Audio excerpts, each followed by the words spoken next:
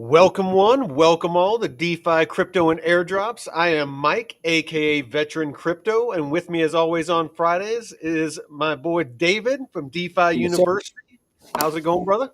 I'm doing really well, Mike. I'm enjoying BTC's rally, watching ETH break above resistance and starting to take a look at some altcoin plays. I think that we might be approaching, a true alt season, hopefully within the next couple of days. So things are good, man. I hope so. I hope so because I opened up very degen like without checking with you or anybody that I know.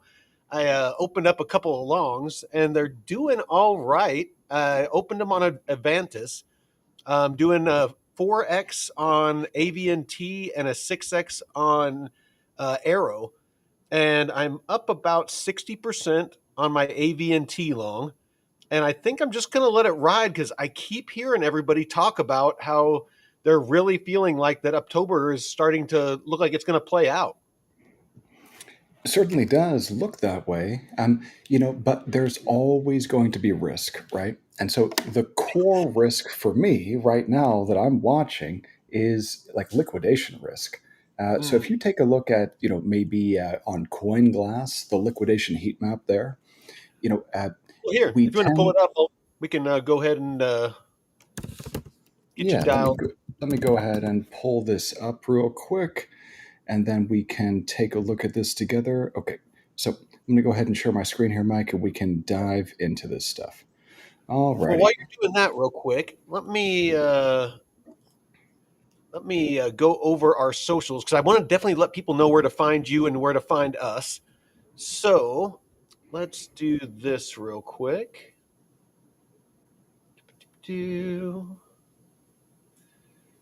Let's transition over.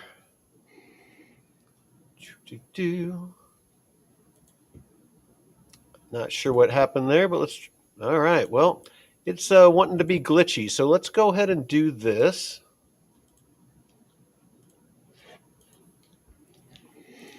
It's pretty good to Uh, see BTC up above 122, man. it is. It It's is. shaping up to be this rally is quite a bit different than the first time that we approached 124. Um, this rally looks to be a little bit more sustainable. So we shall see. We definitely shall see. Oh, that's the one that I need to get rid of. Hold on. A little discombobulated right here. Yeah, I'd like to. All right. So, if you haven't found us on YouTube, it's a DeFi, Crypto, and Airdrop. Go ahead and check us out here. A lot of really great content, and of course, that's the easiest way you're going to be able to find our brother channels. Discover Crypto, Jeff over the Blockchain Report for airdrops. Jake Call, that's on our Wednesday show with David. Another great resource when it comes to DeFi, and founder of Metrics Finance, which is the application that me and David and many others use to help us track our portfolios, our DeFi portfolios, and to also simulate positions. And here very soon, going to be launching a borrowing and lending aspect to it too. So really excited for that. And then, of course, David over at DeFi University he just started his YouTube channel. So if you can help him grow that, we would greatly appreciate it. We're always looking to add, content creators with integrity. I'll put it that way to our family of channels. Very, very selective about who we, kind of promote because we want to make sure that it's people that are genuinely invested in your success and not just, talking about things that they're paid to talk about. So, again, David, Jake, Blockchain Report, all great resources. And then this Here, is Mike, David. let me just hop in real quick. So, there's a lot of guys out there that make their money selling courses. Okay. Yes. So there's a lot of people that, you know, there's a difference between chauffeur knowledge and Hmm. true knowledge. And, Yes. when you have true knowledge, whenever you don't know something, you can almost proudly say, hey, you know what? I don't know about that. Let me find out though. Yeah. But when Yeah. you've got chauffeur knowledge, people will just keep rambling on about stuff that they have no idea about. So there's a couple of people that come to mind here. I'm not going to name any names, but when you're when you're taking a look I'm on not going to name any YouTube. names, but their initials are. No. There's a lot of people though who, have some money, can put up big numbers on the screen, but Yes. they made that money by selling courses, not by doing DeFi full time. So if I was entering this space, you know, just getting started, I would make sure that the people who become my mentors, the people who I'm learning from, that they're actually doing this for a living. You need to learn from someone who has made all the mistakes and can point you in the right direction and show you what to avoid. That's almost Well, more important than showing you what to do. that's and I definitely want to stress that. That's something that I learned in my professional career in the military was because mistakes ultimately can you can pay the ultimate price if you make mistakes make mistakes there. And so I learned very quickly to align myself with people that had not weren't just successful but had made mistakes and was able to utilize that experience to improve and become better. And sometimes they made very very bad mistakes, and but they were able to learn from those. And that's there's certain things that you don't need to make, mistakes that you don't need to make, because if you find a good community and a good mentor, they can help you navigate past a lot of those beginner mistakes that you've potentially could make on your own. And that's what I've been trying to do with this channel. Is initially I just started it as a vlog, basically, for my journey learning. Mike, your audio seems to be changing a little bit.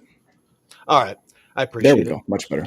But basically this channel was started as me, because everybody that I was able to find out there that talked about DeFi was like you talked about. They had these huge portfolios talking well above anything that I could understand and most people out there. And so I just started it as, what, I have some spare money that I can make mistakes. A lot of people out there don't. I'm gonna just kind of do a little do episodes, show what I'm doing, showing mistakes that I make, showing successes that I have, and hopefully help some people navigate from beginner to getting to a place to where they can be truly successful in DeFi and kind of change their financial future. So yeah, I definitely feel you there. But real quick, DeFi University. This is the channel that David just started. A lot of really great material here, and then also our Discord.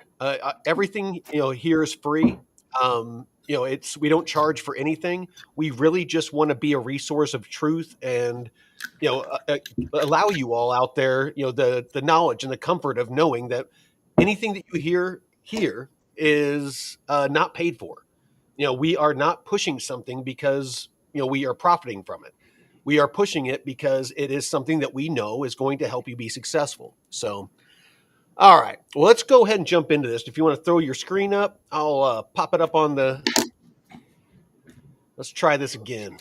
Alrighty, let's try this one more time here. I'm going to share the window. That's what it told me I had to do. Oh, it won't let me share audio. So let's try one more time. Okay, entire screen. And Mike, it There should be working now. Let me know if you we go. can see it. Let me just adjust it, and I'll bring it over. There we go. All right. Awesome. All righty. So why don't we just start things off, Mike, with a little bit of a market update?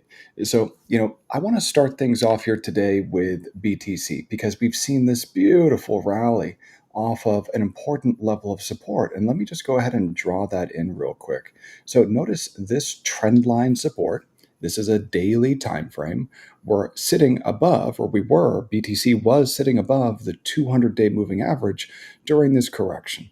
So let me just draw in another important level that has been broken to the upside. So when BTC tested the 117.5 level back in the middle of September, we had what's referred to as a look above and fail. So if I zoom in here, yeah, all these, A whack a mole. yeah, look above and fail. So, all of these different, there's all this jargon, right? But this, brief peak above this level of resistance and then the failure. But look at where we found support. We found support at this, longer-ish trend line support right here. So this anchor point dates back to, the end of April. So this is, not super long term, but meaningful enough. And BTC found support and then ripped higher and broke above 117 and a half.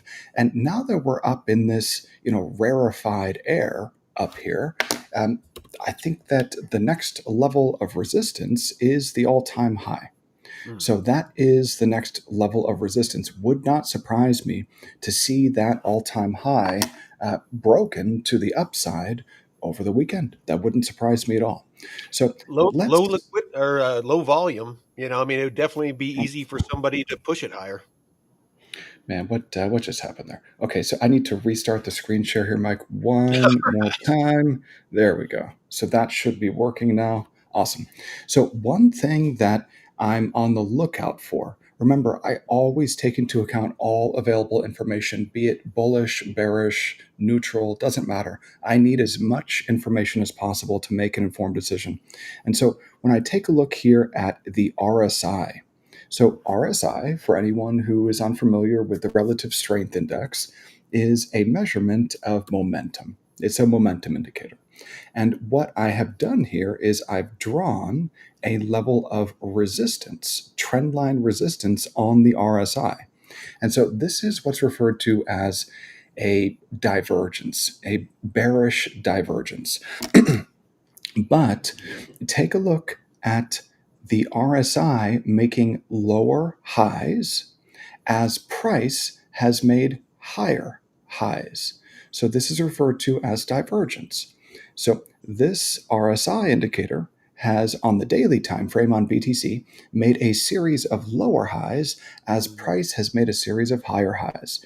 So what I'm looking for potentially over the weekend and what I'm watching quite closely here is to see if the RSI can push above this level of resistance, break firmly into the overbought territory. So, overbought territory, when we're talking about RSI, is a reading above 70. Oversold territory is a reading below 30. So, I'm looking for RSI to push higher, break resistance, and invalidate this bearish divergence. So, that's what I'm looking for RSI on BTC. Now, if we bring things on over here to Ethereum, um, this is a daily time frame. And notice RSI is pushing higher, but we are not in overbought territory yet for the RSI on ETH. This is on the daily time frame. Notice also if I draw in this trend line, if we break above here, it looks like the next stop would be 70.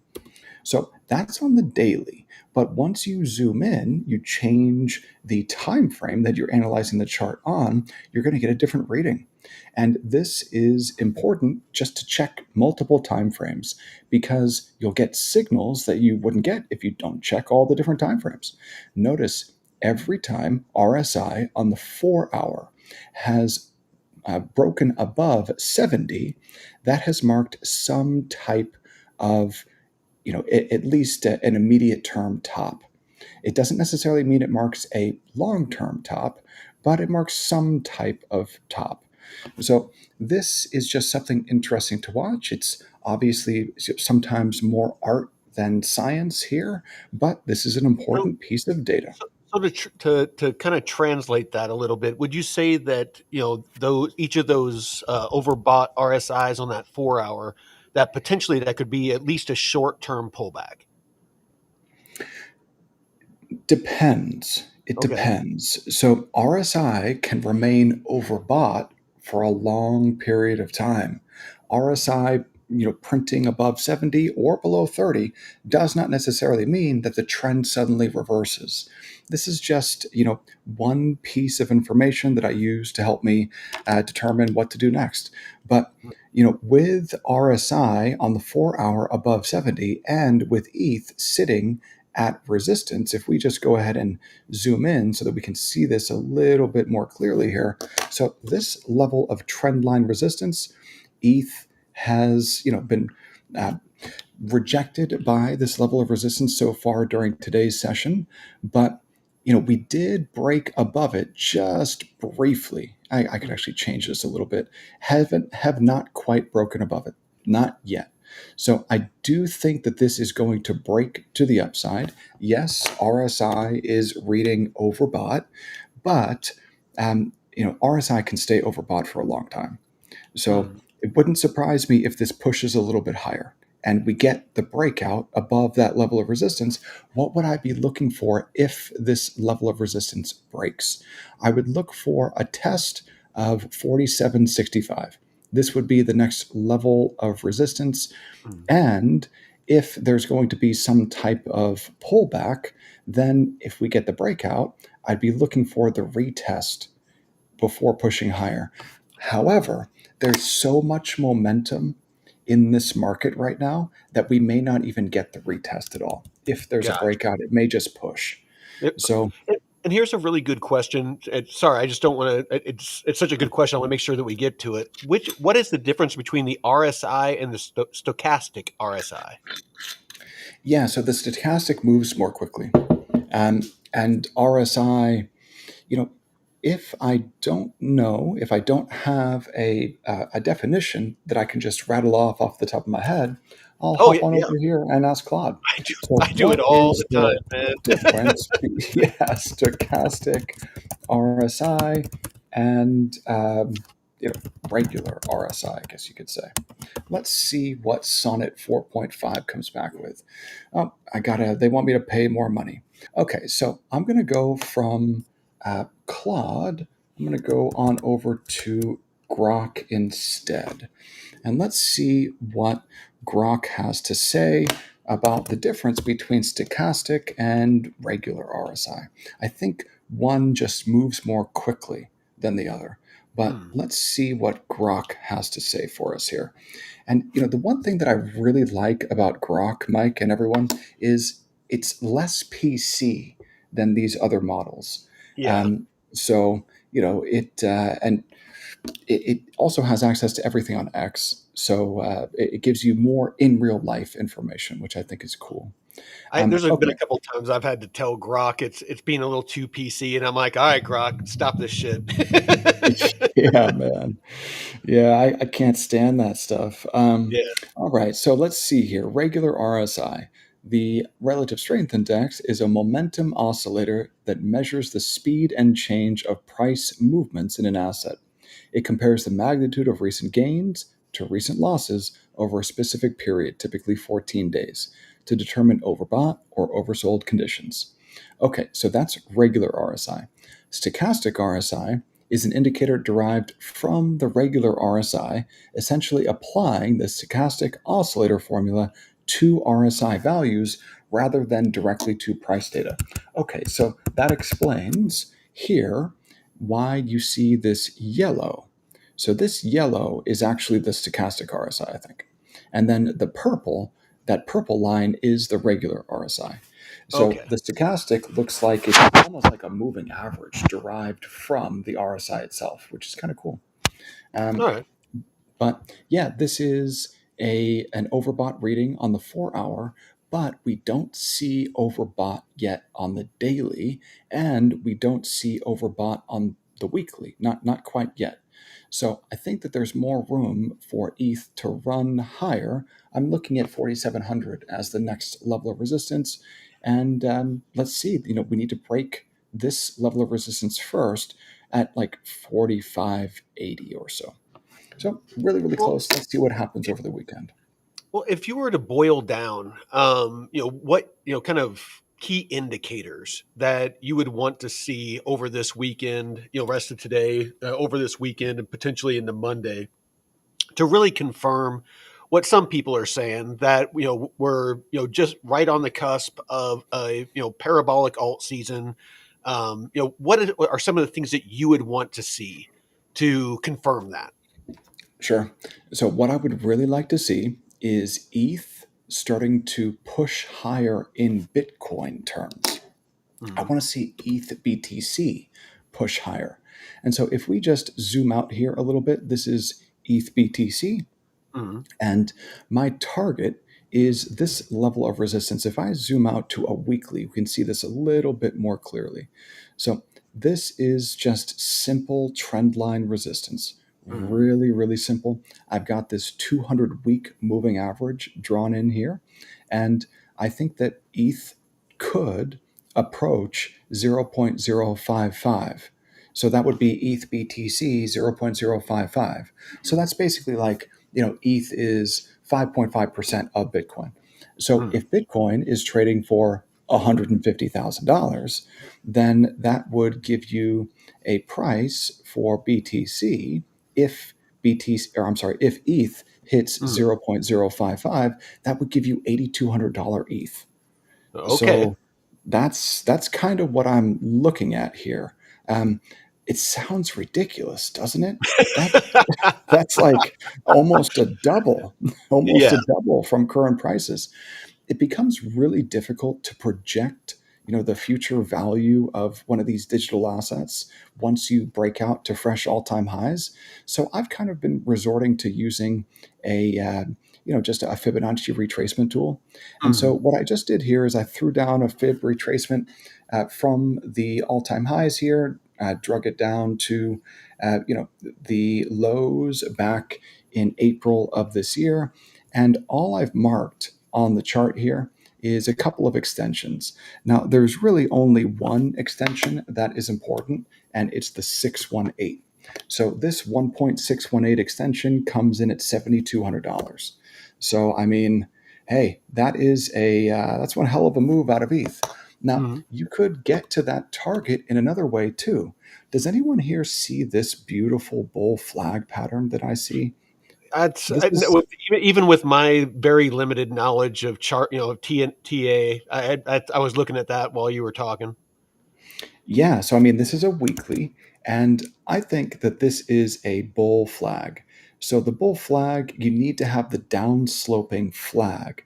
And so if we wanted to, Channel. generate, yeah, so if we wanted to generate a measured move, we would measure from trough to peak and then add that to the peak. So we would go something like this. And so that gives ten us a thousand dollar measured ETH. well, that gives us a measured move up here at $7,700. I mean, you can't underestimate how quickly ETH can move. This thing can move really, really fast. If we Well, take a look at one thing I ETH, want to point out real quick. I mean, aside from charts, I mean, just fundamentally, if you look at a lot of alts out there, I mean, Morpho is a perfect example. Over $2 billion market cap, and the price hasn't moved. ETH, I mean, just all of the building and DeFi and RWAs and TVL that's being injected and, the Biddle fund. And I mean, just billions upon billions of dollars, being tokenized and injected in on chain. And the prices are not reflecting it. I mean, I really feel like with the prices as beat down as they are and the massive amounts of liquidity that are being injected, that I mean, when this lets loose, I mean, it's got to do something. maybe. I certainly hope so. So there's, in my mind, a big difference between TVL on a protocol and number go up for that protocol token. So those two things aren't necessarily connected at all. Well, Um, but the TVL being injected is transactions. So everybody that's buying and selling that tokenized asset, especially on ETH mainnet, everybody that's trading, that asset, anyone that is minting, an RWA, all of those things are transactions, on chain that they require ETH. Am I wrong? yeah, but that doesn't necessarily mean that number go up. That's the thing. So there needs to be a value accrual mechanism, and that's, I think, a pretty good segue into one of my favorite altcoin plays for a potential alt season, which is ETHFi, because I've done a deep dive on ETHFi for everyone in DeFi University. and I've been posting about it a Speaking of little bit. which, DeFi Don is one of your boys over there at DeFi University. Yeah, man, Don's great, dude. I love So that guy. yeah, man. So let's take a look at Oh, ETH. and Luis, we got Luis in here as well. Yeah, man. Yeah. So they're doing the thing, man. Let's take a look over here at the school DeFi University community and the article that I posted yesterday about ETHFi.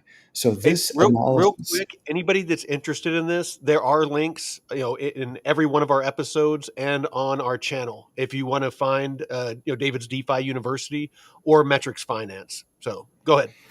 yeah, definitely. So check out the links in the description on the DCA YouTube channel to join DeFi University on School. And so what I did here, and every single day I publish content, and we have calls that are live every single day. And I take that I'm in them. content and I post it every day. So we're always doing something different every single day. And my analysis of the EtherFi protocol, in my analysis, we walked through it live, and I created a slide deck. So this slide deck is what I want to walk through, but I also created a valuation model. So this is just a Claude public artifact, and this is pretty darn cool because what I did is I ran through a deep dive on the ETHFi tokenomics, and then I created this valuation model based on their tokenomics.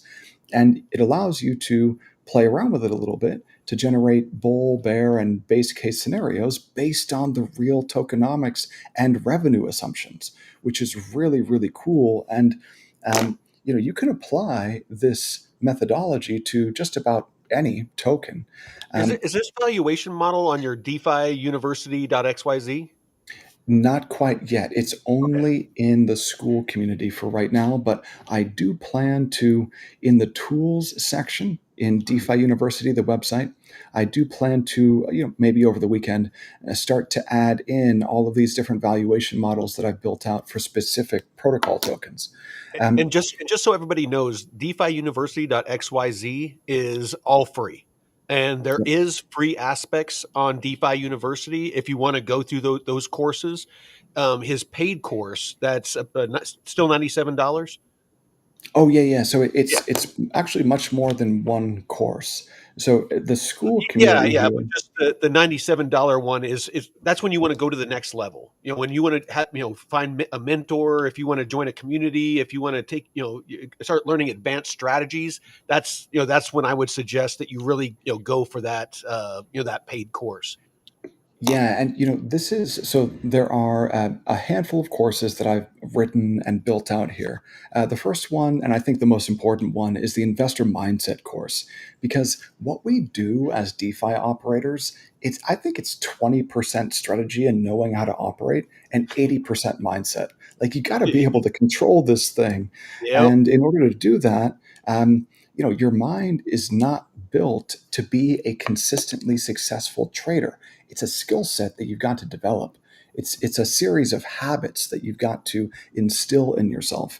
And this is the investor mindset course. It's really like 11 books that you can read through and go through all of these different lessons and exercises that I built here. So there's video content that walks you through every step of the way. That's the mindset course. I recommend that you start there. And then if you want to learn how to provide concentrated liquidity, I built out the concentrated liquidity provision course here. Still have more work to do with that. And then, of course, the money markets and finance concepts course. So DeFi finance concepts and the money markets. So the money markets course, I focus on the protocols that I use most often. So that's Well, Aave and Euler and I think we Morpho and all do Camino. that because I mean, you as you use these protocols and you become more comfortable with them, and you've done your research on them, and you've seen the audits, and you know the history of them, and if they've had hacks, and that you understand, kind of the risk of using some of these protocols. I do the same thing. I kind of have zoomed in on a couple of protocols that I use for lending and I use for liquidity pools and things like that. And it's important that you do that because there's a lot of people out there that get into DeFi and they see a high APR on some obscure protocol, and they chase that APR, and next thing they know, it gets hacked, or the site just, or just disappears, the protocol just disappears, and off goes their money because it was custodial platform. So sorry, yeah, I Yeah, wanted to. you gotta be careful for sure. I see that way too much, even in our community. And I tell people repeatedly, don't chase APRs, don't chase APRs, don't chase APRs. And I still catch those degens, and they can do whatever they want. But, it's more often than not, they usually come back and they're like, okay, I lost that money. So here's a reason why you shouldn't chase yield. You don't need to. You No, don't you need don't. to chase yield. You So like don't. here, I'm logging in here to Revert just so that I can share this. Like these positions that I'm in, let me just change this to USD. I always change the reference value to USD. But these positions that I'm in on Revert, these are about the lowest risk CLPs that you can be in, aside from maybe like a CBBTC or WBTC stablecoin LP. But aside from a Bitcoin LP, just because Bitcoin is less volatile than ETH, an ETH stablecoin LP on Uniswap, on Base, or on Mainnet, these are relatively low risk CLPs. But look at my yield, 180% fee APR in ETH paired with a stable on Base on Uniswap. Well, and That can't is you loop on this to phenomenal. lever up even if you want? So you can. There are two different ways that you can lever a position here on Revert. If I click on borrow, I've got two options. I can either borrow and have, I would have to, number one, deposit the NFT of this CLP That's onto collateral. the Revert. Yeah, exactly right. Onto the Yeah. Revert protocol as collateral. So I would lose custody of the CLP NFT. But in exchange for losing custody, I can borrow against it. So Hmm. if I borrow, by using this borrow button here, then whatever I decide to borrow will be deposited into my wallet. So I'll Hmm. have this cash in my wallet, and then I can go do something else with it in DeFi. And if I go and do something else with it in DeFi and earn more than what Or you can I'm go to the paying, strip club, whatever. I mean, whatever floats your boat, man. But yeah, you Return on could. investment on that is terrible, though. Yeah, I'm reminded of Arthur Hayes was talking about different ways that he could burn capital, and he showed in his most recent article at the very end of the article, he showed this like bottle of rosé, this Yeah. rosé champagne that was like $35,000 for just a regular bottle of Holy champagne, shit. and it's like, oh, dude, you know. Yeah, it would be pretty darn cool just to be able to do that. And I I have mean, no desire. I know, man. Well, you got if you're talking about going to a strip club, well, then Oh, you probably want I to think make it rain, right? Make it for being a rain with a guy that was in the military $30,000 bottle. as long as I was, I think I've been to a strip club. I could probably count on one hand, I just mean, thirty thousand for dollar bachelor bottle of parties and champagne, stuff like man. that. Oh my goodness. I've always seen it as such a waste of money. It's just, I mean, there's literally nothing that you get out of it except frustrated. So So here, if we bring it back to Revert, there are two different ways that you can borrow against your CLPs. You can either borrow and have those borrowed assets, so it would be USDC deposited into your wallet, or you can lever up this notional size of your Mm, CLP. I would recommend against using the leverage function. Now, mm. here's why.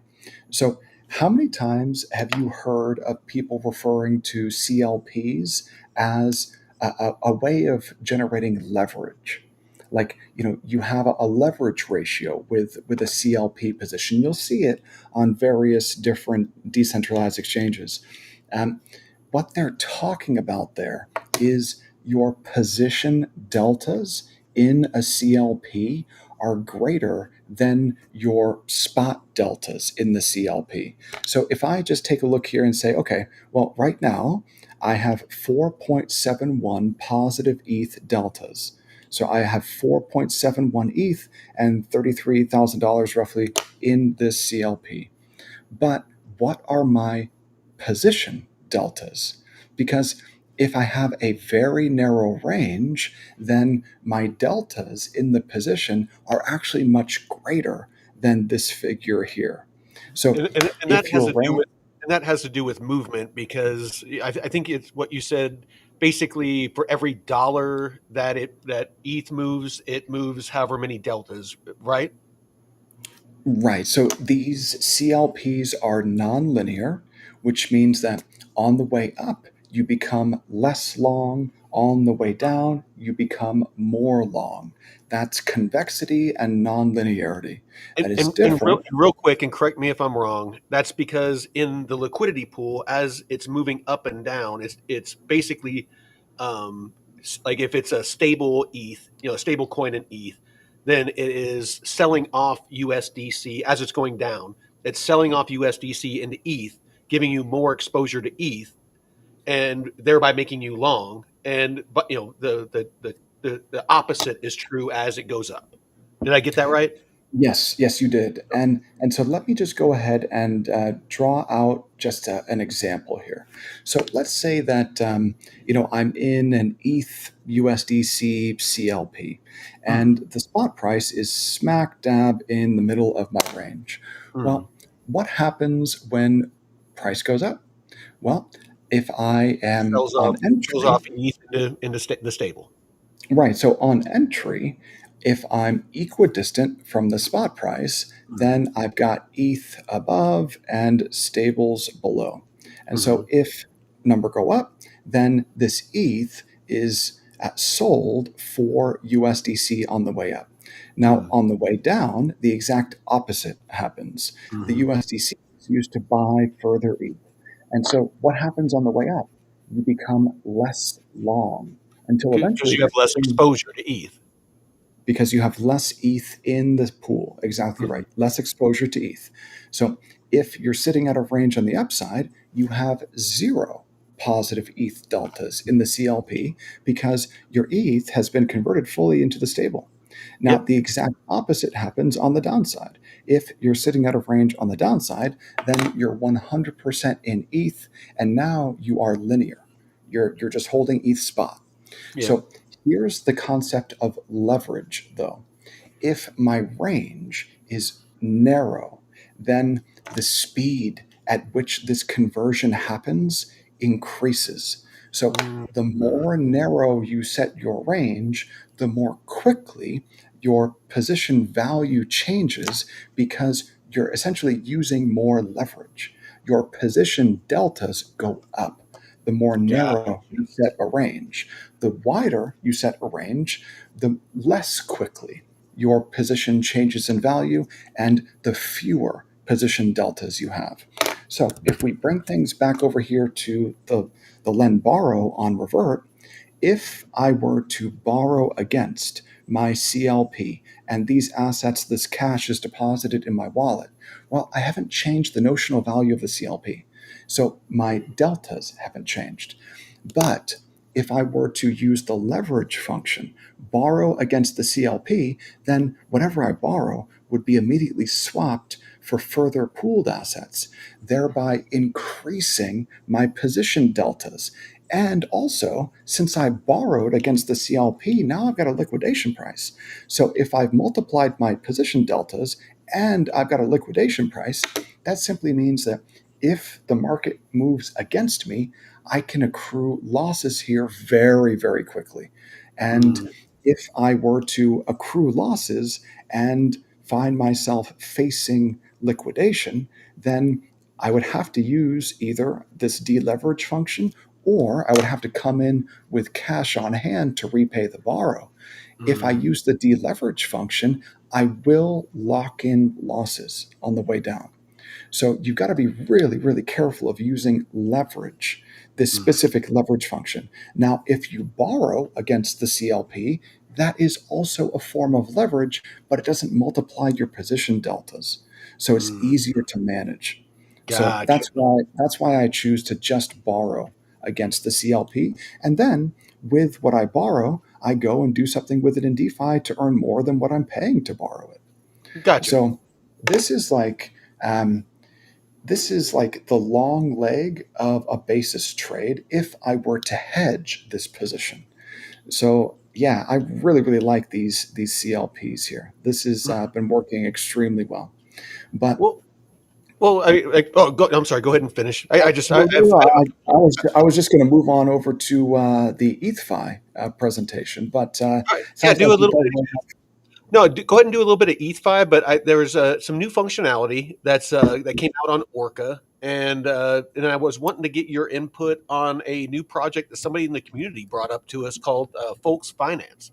But go ahead and go over to EtherFi, and then we'll so go over here those. let's take a look at Orca real quick. So are you referring to Wave Break or what are you referring to, Mike? The new No, functionality. somebody was talking about, and I don't know how new it is, but I guess liquid staking. So you can liquid stake your Orca to receive X Orca and earn rewards funded by Orca's protocol fees. And right now, X Orca earning is 82.89% APR. So this may look attractive, and it is. However, I would be very hesitant to Okay. lock or stake tokens over the next, basically through the end of the year. Um, Do you know how because long? Like, is there like a cool? Okay, here we go. You can unstake at any time, but a 7 day cooldown period applies. So, yeah, so just so So everybody knows. imagine if we take a look Yeah, at Orca over yeah, here on TradingView, Mike. So if you've got to wait, let's just say that you know Orca, the governance token for the Orca DEX, let's takes just say off. that this rips higher, right? Yeah, It just goes straight up. and This is you're a like, weekly. I want to get out. You know, You I want want to to get out, but you unstake, can't. and you got to wait 7 days. You got to wait 7 days. Yeah. So yeah, that's suboptimal. I You well, don't. me personally, I don't like doing anything that's more than like maybe a couple of hours, if that. Me personally, this isn't something I'm going to be aping into, but I definitely want to make sure that people are aware of as new functionality and new ways to earn come out. I definitely want to make people aware of them. But yeah, I was just wanting to get kind of your thoughts on this new liquid staking, because liquid staking means that you can stake and then you get a liquidity token that potentially you could use to further earn. So this is extremely exciting to me, and I'll tell you why. Because this presentation that I built on EtherFi's Yeah. governance token, ETHFi, the whole basis of my investment thesis for this is that ETHFi is a successful, essentially like a DeFi bank, Mhm. and protocol revenues accrue to token holders. Now, Orca is I'm assuming, is a successful decentralized exchange on Solana, but without having done any more research on what their revenues look like, what their expenses look like, I couldn't really speak to it. However, Well, let's take a look. this type of incentive mechanism, Mike, this is exactly what I'm looking for because if it turns out that Orca is an extremely successful decentralized exchange, meaning the protocol generates a ton of revenue, then if you hold the governance token Orca and stake it, that would be a way that you could essentially, receive protocol. You could receive value from the protocol. It's a value accrual mechanism, and that's really what I want to see out of these tokens. There needs to be some way that protocol revenues are returned to token holders. And hey, this is a great step in the right direction for Orca. Really like this. Because without something like this, then the governance token is just that governance, which makes it, how is that valuable again? So I really want there to be a way for, protocol revenues to return to token holders. And it looks like Orca is doing that. But we need to dive into this a little bit more to be able So to speak to it. so this is DeFi Llama, and this is the what I use for a lot of my research. And then this is the Orca Dex. So the TVL is 451.8 million. Fees annualized is 108 million. Revenue annualized is 13 million. Holders revenue annualized 2.6 million. Dex volume the past 30 days 15.9 billion. And Orca liquidity about looks like about You a know million. what's crazy? What's that? Hyperliquid did that over the last 24 hours in volume. Yeah. And I Oh, think oh that yeah. No, I mean you know, there's Aster. definitely Oh yeah, there's yeah, but definitely this larger is dexes. Dex. But I think didn't Aster do like 65 billion or something like that? Oh yeah. Some No, I mean crazy. there's definitely larger dexes, but it's I'm just just saying for comparison. Yeah. absolutely. No, absolutely. So yeah, it just just to get an idea of the size, and then over here, of course, we have the TVL revenue, Dex volume, and if there was any events, it would pop up. But So yeah, just can you highlight where it shows revenue or protocol revenue? Because usually DeFi Llama shows that. well, here's the protocol revenue. Looks like 13 million revenue annualized. Is that what you're looking for? Yeah, that's exactly what I'm looking for. So this is Yep. calculated by taking data from the last 30 days and multiplying it by 12 to annualize it. So that is very low, Yeah. very very. All So right. just as a point of comparison, Athena makes about, from what I've read, about $14 million a day in protocol revenue. But it's you got to Right. compare I'm apples and just, apples. it's not. You're right. You're right. It's not apples and Yeah. apples. Yep. No, So yeah, no, I mean if you had CZ tweeting about Orca, it might be a little different, maybe. but yeah, I mean it's you definitely have to keep these things into in mind whenever you're looking to put your liquidity somewhere. And it's not something Orca's not something, or that liquid staking is something I'm going to rush off and do. But again, I want to make sure that people are aware of different functionality. If Solana, Orca, things like that are something you're bullish on, just want to make sure that you're aware of these different things. But definitely do your own research. So what So you got this, here with folks finance? yeah. So I sent this to you and Jake earlier, and somebody in the community actually brought this up to me, and it's called Folks Finance. And so you can deposit. And there's some really good, like USDE, Athena's stablecoin. You can earn about 22%, APY on it. You got the staked USDE. You can earn 19.6, but I mean, there's some really good earning on it. And So then, Mike, can you pause for a second there? So you yeah, see how when you're looking at, and you just mentioned on USDE some like amazing yield. You see how there's like what looks like a little icon in the corner there. So yeah. what's the reward yield? Because I can't. The screen's a little bit too small. I can't see it. What does it say So there? the looks like the rewards APY is 16.08%. Yield from token rewards, weekly epoch ends, and then it looks like the total APY. So it looks like the interest APY is the yield from lending on folks' finance, and that's 5.61. But then you get rewards APY from AVAX for 20, and for a total of 21.69. Okay, so this is on AVAX C chain. Got it. Yes. And then you can, obviously you can, there's a bunch of different chains. So folks finance, it actually has um, Avalanche, Ethereum, Base, BNB, Arbitrum, Polygon, Say, and a couple of other ones. And so Wait, it's so here, multi-chain. so Mike, I'm looking at Folks Finance right now on my screen, and I see the rewards APY of plus 16.07%.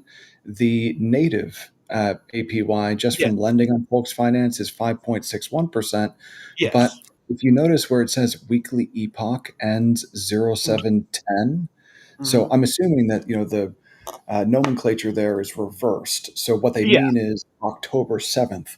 So that's like 3 days. This So platform must be non-US, because the foreign countries invert the date.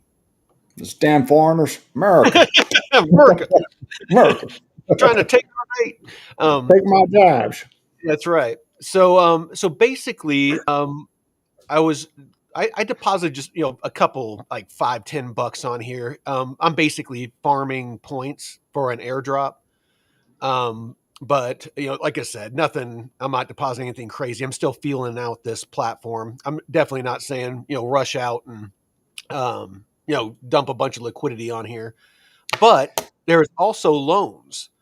So you can, obviously you can deposit, you can take out loans against that collateral, and there's just some really interesting, APRs on this. You can also, of course, swap. Let's see what else we got here. So, one thing about something like this, Mike, is I think that this exemplifies one of the challenges with single lending when you're not earning a fixed yield like you do with Pendle PTs. These rewards, they tend to be fleeting. Now, I don't Oh, know absolutely. when. Yeah, this is great for a couple of days. Don't get me wrong. Oh, I mean, it could be a Earning. couple of weeks, could be a couple of months, but definitely something you have to keep an eye on daily. Well, I yeah, mean, no, because this specific opportunity on Folks though for supplying single lending USDE on yeah, AVAX chain, this opportunity only exists for the next 3 days because once that well, reward program ends, then you're only earning 5.6%. well, unless it's renewed, because that's Sure. that's happened to me on Uniswap. For a Oh while yeah. there, they were giving those bonuses in Uni token, and I think it was like every 2 weeks or every 10 days or something like that, and a couple of times it just reset, and they kept doing it. So it's just, So but yeah, you you know what definitely would be a daily great want to way be checking in on this, especially if you're doing any kind of advanced strategy to where to you're lending Speaking and of which, borrowing. yeah, so here's an advanced strategy Yeah. that comes to mind just taking a look at this. So, what you could do is you could supply USDE, earn this 21% with the majority of it paid in AVAX, and then Mhm. loop it by borrowing USDE against it. So Yeah. you have a correlated borrow, you're earning, nearly 22% on the collateral, and you're paying, a variable at 6.97% on the debt. So that is, depending on what your LTV is here, the max LTV. So if your spread is like 14 points and you've got like a 91% LTV Well, on and the assets are going to USDE. move together. Exactly right. They're correlated. But if you've got Yeah. like a 91%, they're the same thing. You're supplying and Yeah. borrowing the same thing. So Exactly. if you've got like a 91% LTV, you could really push the leverage. You could use like 10x leverage. So if you've got a 14x spread and you're doing, 10x, a 10x levered position, you could do 140% for the next couple of days, Yeah. minus whatever you're paying to borrow. So it would be something like 135. But dude, 135%, even for just a couple of days on USDE, that's pretty darn good, man. Yeah. Um, yeah. So yeah, like I said, I found this platform very interesting, and then not to mention, and I have no idea. I have not done a deep dive on this yet, but the airdrop. For any deposits that you have on here, as far as staking or supplying, you earn points. And and if that's going to end up being $5 worth of whatever their token is, or 5,000. I don't know.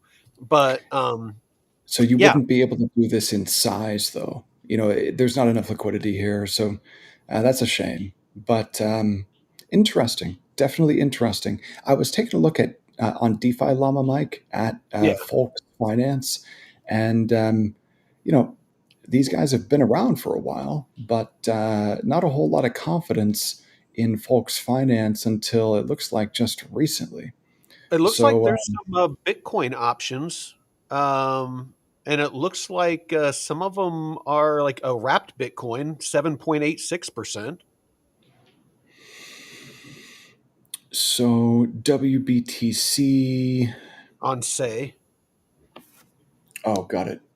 So yeah, say, is that a layer two now?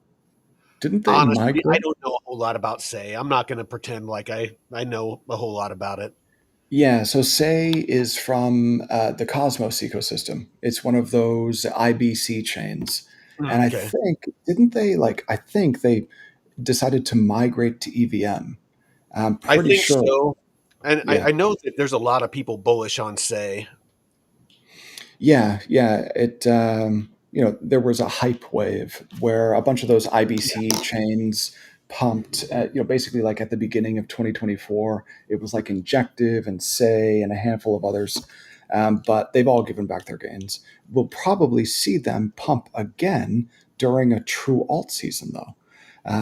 So, Mike, I've got a couple more minutes here with you, man, and I wanted to just run through this EtherFi presentation Oh yeah, go real ahead. quick. Yeah, so check this out. EtherFi is a leading ETH restaking protocol, but it's also a DeFi bank. And the reason why I'm bullish on ETHFi is because it's got this proven economic model with direct token value accrual. It's fixed supply with a transparent vesting schedule. It has this expanding product ecosystem. I live off of EtherFi products, and it is basically like critical infrastructure in Ethereum's restaking economy. Now, that is a core risk, though, because it's basically built on top of eigenlayer. So if something happens to eigenlayer, EtherFi would be in some doo doo. So let's let's go ahead and Not to get move. too technical. I know, right? So um, it's really important if you're going to take a look at EtherFi that you understand what LSTs and LRTs are. I don't want to spend any time here because I just want to get into the core investment thesis.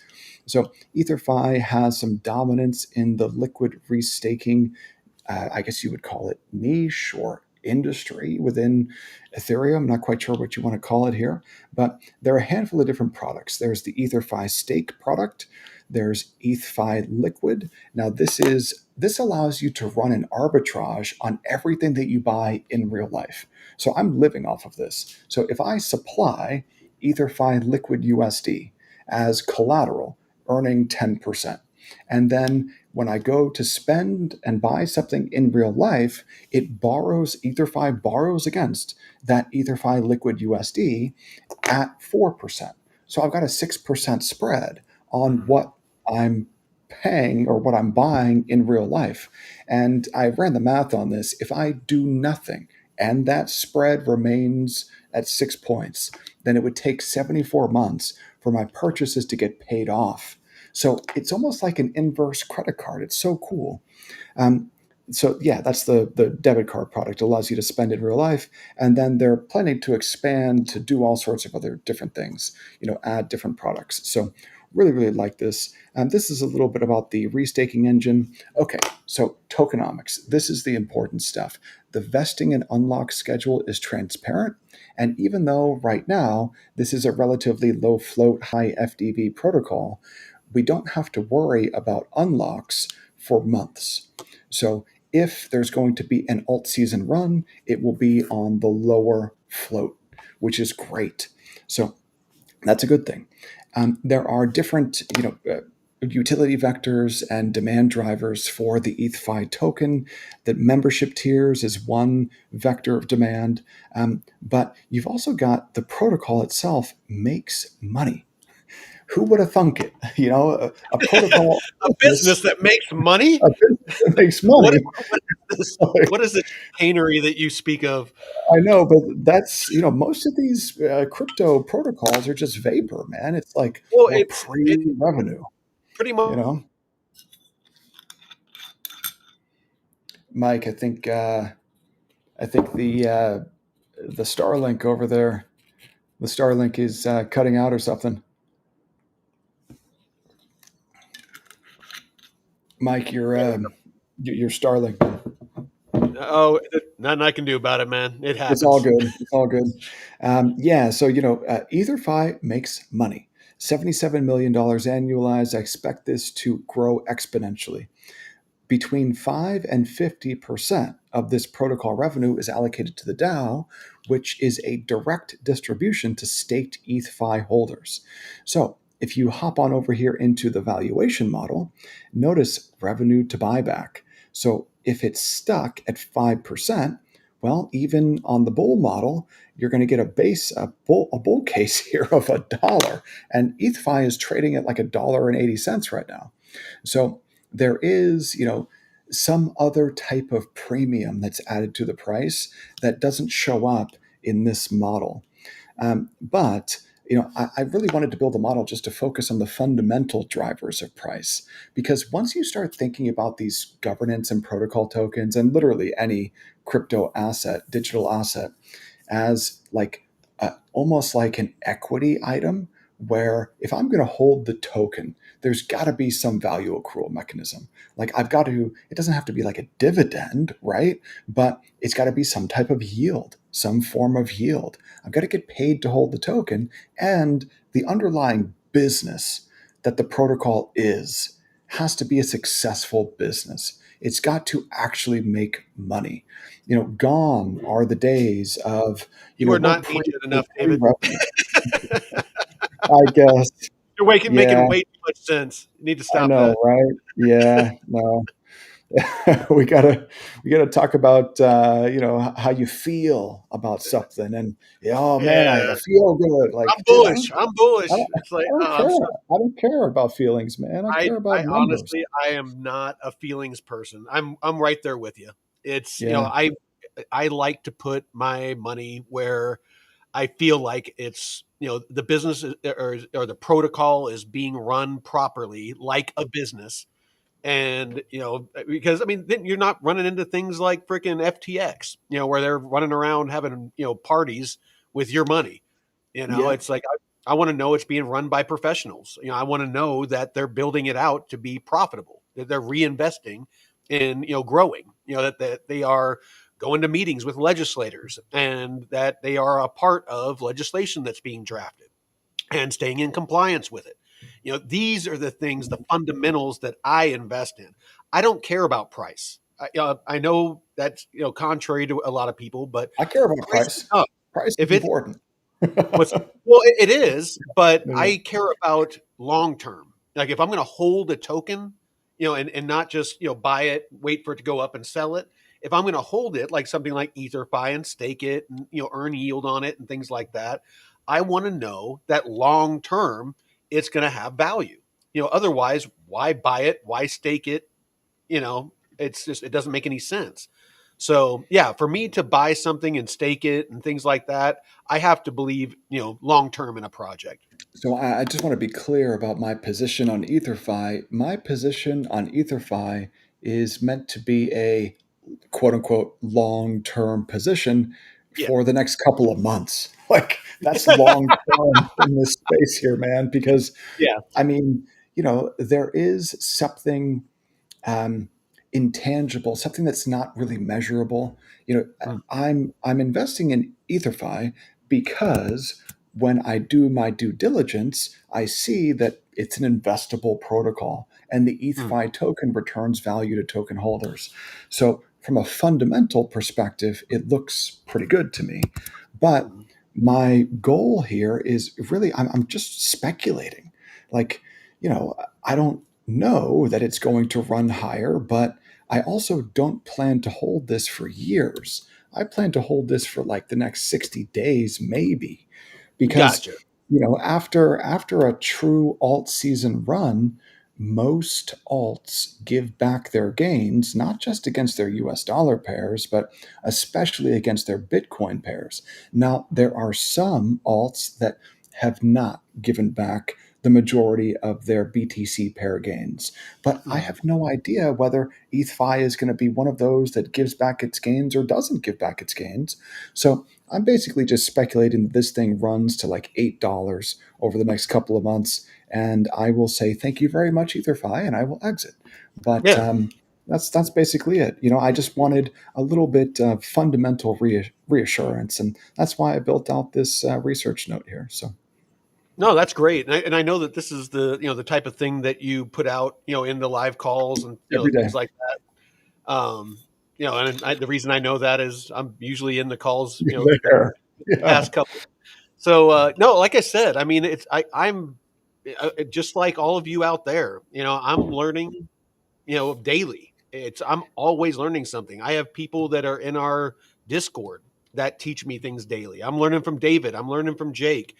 If once you stop learning or you think you have this figured out, you're setting yourself up for failure. I mean, this, crypto, DeFi, all of it is still, evolving very quickly. And you got to keep your finger on the pulse, because if you don't, oh, sorry, um, then you're going to get left behind, and, you're going to make some sloppy mistakes. Because, again, like David was just talking about, if like, say you bought EtherFi and, you thought, okay, yeah, I'm going to hold this for the next couple of years, you would hold it all the way up, to $8 or whatever. Oh no. So the reason why I don't consider many of Pull back. these, so Mike, your Yeah, video and audio, I yeah. got it. I got it. I can see when it freezes up. So yeah, I mean, I'll just, summarize, but yeah, that's just, you got to keep your finger on the pulse, stay educated, find a mentor, find a community, and, make sure that, you are constantly educating yourself on how this is evolving, and don't spread yourself too thin.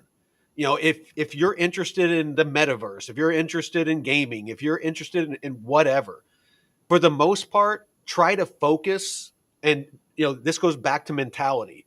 Have the discipline to focus and not be in too many things, because, if you're investing in things with minimal knowledge, there's a much higher level of failure, as opposed to becoming a subject matter expert in one thing. And me personally, I've chosen DeFi and RWAs just because that's where big money is putting their is putting their liquidity. Yeah, man. So, specialized knowledge, becoming a domain expert, building that level of domain skill, the thing that can really speed up that process of building a DeFi skill set is learning from someone who's done it before or who lives in DeFi as a DeFi operator. That will really help you to speed up that process. So I'm one of those people. Jake is one of those people, Jake Call over at Metrics. And we both would love to work with you if you're looking to build a DeFi skill set and learn how to become an operator. So just the one thing that I would say about that is, you've got to really want it. You have to put in the time to become, and you don't have to become an expert, but you do have to put in time to learn this skill set. So, I can't want it for you. If you want to be bankless, if you want to live on DeFi, if you want to just learn more about it and start building a skill set, well, then take the first step, take some action, start going through all the free material, and decide if this is something that you want to dedicate more time to. And if yes, then take the next step after that and join something paid. It'll make you accountable to yourself. Hmm. So that's what I got for you, Mike. Awesome. Well, I appreciate it, David, and I appreciate everyone out there watching live. Looks like we got a couple hundred people watching. If you could, on the way out, helps us grow the channel. Just hit the like. It's free. It's easy, and we appreciate you for doing it. So, till next time, David, have a great weekend. We'll see you next You week. too, Mike. Thanks. See you guys. Take care. Peace.